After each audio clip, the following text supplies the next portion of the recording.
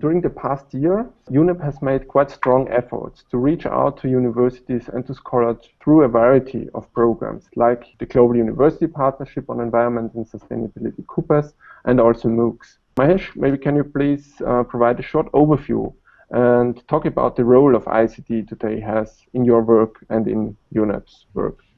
Please, Mahesh. Thank you very much. Okay, yeah, thank you, Clemens, and also for having me on this webinar, and to the ELT for the series that you've been running. It's really useful, I think, to share knowledge, information.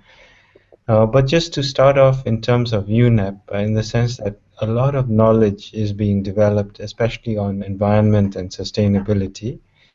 We've had Rio Plus 20, and last year we had the SDGs, we had the Paris Agreement.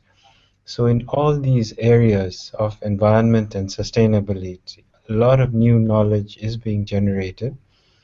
And this knowledge, we're trying to see how we can package and share more widely. A lot of focus within UNEP has been on the science to policy. If you're looking at IPCC in terms of climate change, there's something equivalent to the IPCC for the biodiversity side called IPBES in Bonn, the Intergovernmental Platform on Biodiversity and Ecosystem Services. So the science underpinning policy, but taking the policy for implementation, and this is where the need to build capacity comes up.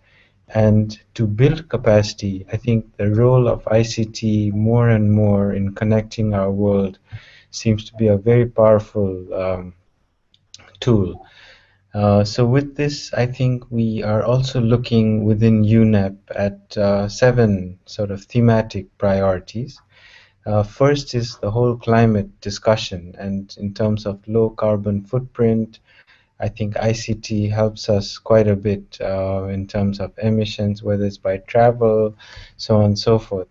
But here, in terms of climate change and both mitigation, adaptation, and more recently, after Paris, the discussions for climate finance, where we have $100 billion pledged starting 2020, where we're looking at how countries can access, and this is mainly developing countries, to improve their carbon footprints, so on and so forth. Second area is the whole ecosystem side I mentioned earlier, and this is looking at the whole biodiversity, etc. The third is looking at disasters and conflicts because of shared resources. And with disasters more and more, and this, as Clemens was mentioning, is my first month in my new role in Osaka. And in Japan, we've had 3 major earthquakes within the last couple of weeks. So it's been quite a change in terms of disasters and the way ICT helps, and the mobile phones, etc., the warning. It's quite interesting. We also have more aspects on governance, on chemicals and wastes, and on resource efficiency. But looking at this knowledge base of UNEP, we have tried to sort of package this and reach out to universities. And here we, in the lead up to the Rio Plus 20 in 2012, we put together this Global Universities Partnership on Environment and Sustainability, where we had 3 basic pillars. First is the whole education side, to see how we can perhaps influence education, and mainly at the higher education level, to see the content of UNEP also being integrated, mainstream, so on.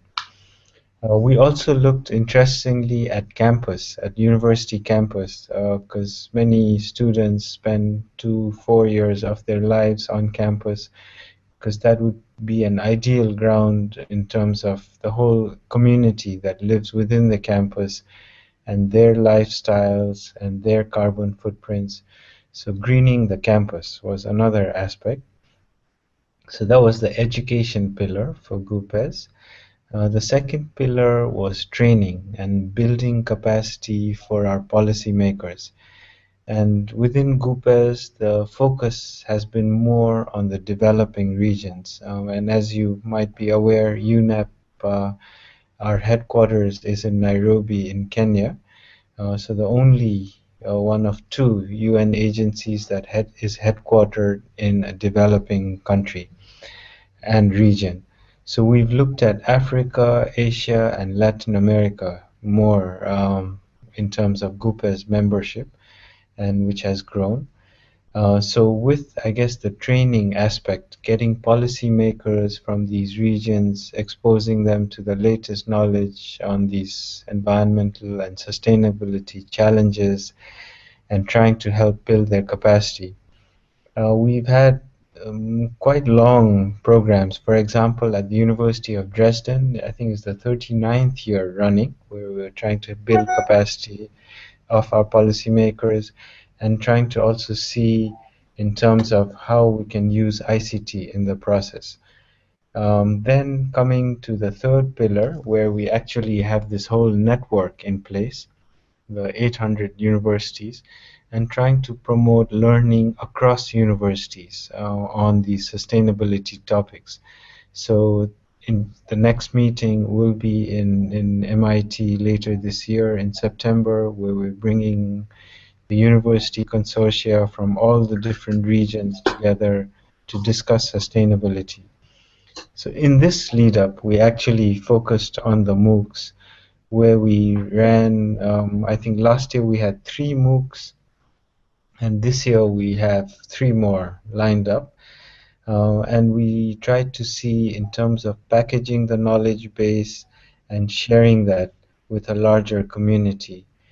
We were quite surprised in terms of the numbers, in the sense that we had maybe 12,000 for our first MOOC on disasters and ecosystems, and then I think about 8,000 for the second one, which was on climate change adaptation and small island states, and then another 8,000 on marine litter, with the last one, which was towards the end of the year. We looked at, in terms of delivering these MOOCs on a partnership basis. So it ran for quite a while. But the one thing which we are impressed is, and with MOOCs, the challenge is completion rates, where out of 12,000, we still retained about 1,000 plus, so 10%, which was quite interesting for us, because we spend, as UNEP and the UN, a lot of resources on capacity building training programs. And in terms of the cost per person and reaching out to a larger segment of society, I think the power of ICT was truly phenomenal. There's a lot of a steep learning curve for us in terms of being much more effective. But again, we're looking at that and trying to improve. So that was a quick, in terms of UNEP overall, the knowledge base on sustainability and how we're trying to use ICT to share that. Thanks a lot, Mahesh, for those insights, and I think those are really impressive numbers here to see that you reach out with only one MOOC to more than 12,000 people, or 8,000 with 10% completion rate.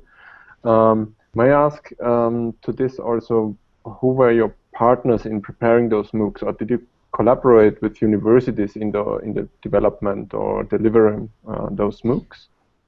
Yeah, all the 3 MOOCs, Clemens, were developed with university partners.